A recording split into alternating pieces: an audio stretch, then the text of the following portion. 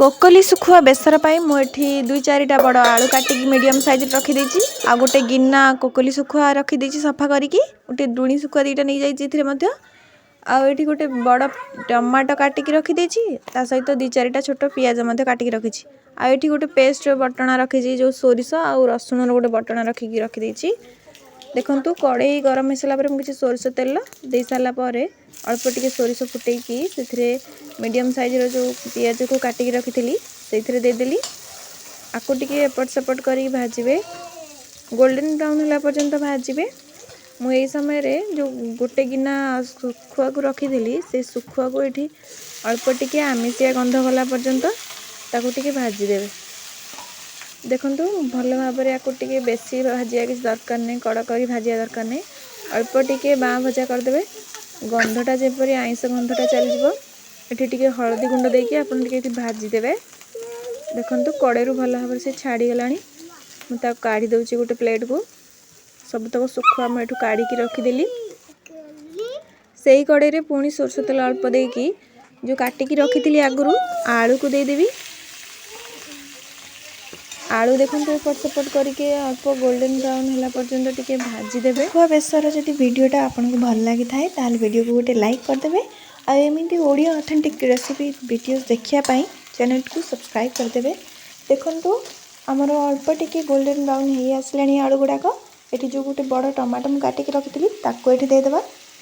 आलू टमाटो को टिके अल्प समय कषिदेवे अल्प टिके लुण देदेवे भल भाव में सीझी जावाई टमाटोटा भल भाव में सीझीज। देखो अल्प आलू और टमाटो को सीझी सारापर मुझे बटना गोटे आगु बाटिकी रखी सोरिष रसुण गोटे बटना सेटा को देदेवे। बर्तमान देखो सोरिष बटा दे सारापर मुझे किसी सुखला मसला ऐड करी जमी लंका गुंड हल्दी गुंड ये आपड़ चाहिए हिसाब से गरम मसला भी देपारे किंतु ये दरकार नहीं सुखुआ तरकारी सुखुआ तरकारी एमती सोरिष रसुण बटी देकी गोटे आंबुल फाଳେ पकई देकी तरकारी करदे बढ़िया लगे और बास्ना भल आसो। एटी मु अल्प टिके पानी देदेवी देखो मसला गुड़ा भल भाव में कषि सारा ये सुखुआ तरकारी क्वांटिटी हिसाब से मुझे पानी देदेली पानी को भल भाव में फुटिया छाड़देवे।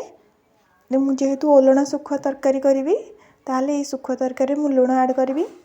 तेणु देखो मुझे आपको 10 ରୁ 5 मिनट सीझापी छाड़ी दूसरी आलू टमाटो को भल भाव में आलू टमाटो सीझी आसला पानी फुटी सारा एपटे जो आम भाजिकी रखी बाँ भजा करके सुखुआटा को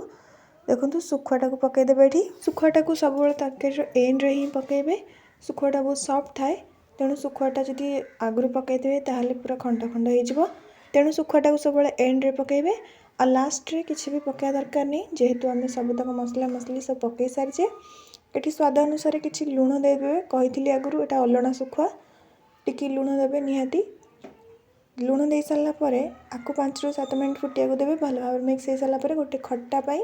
गोटे आंबुल देदेवे आंबुल दे सारापर आर टिके आमिषिया जो बास्नाटा थी ताकू टिके मैनेज करदे खट्टा टिके देदेले आमिष तरकारी बहुत बास्ना आसो और टेस्ट भल आसो। देखो आलू गुड़ाक भल भाव में सीझी जाइए लास्ट ही मुझे आंबुलटा देली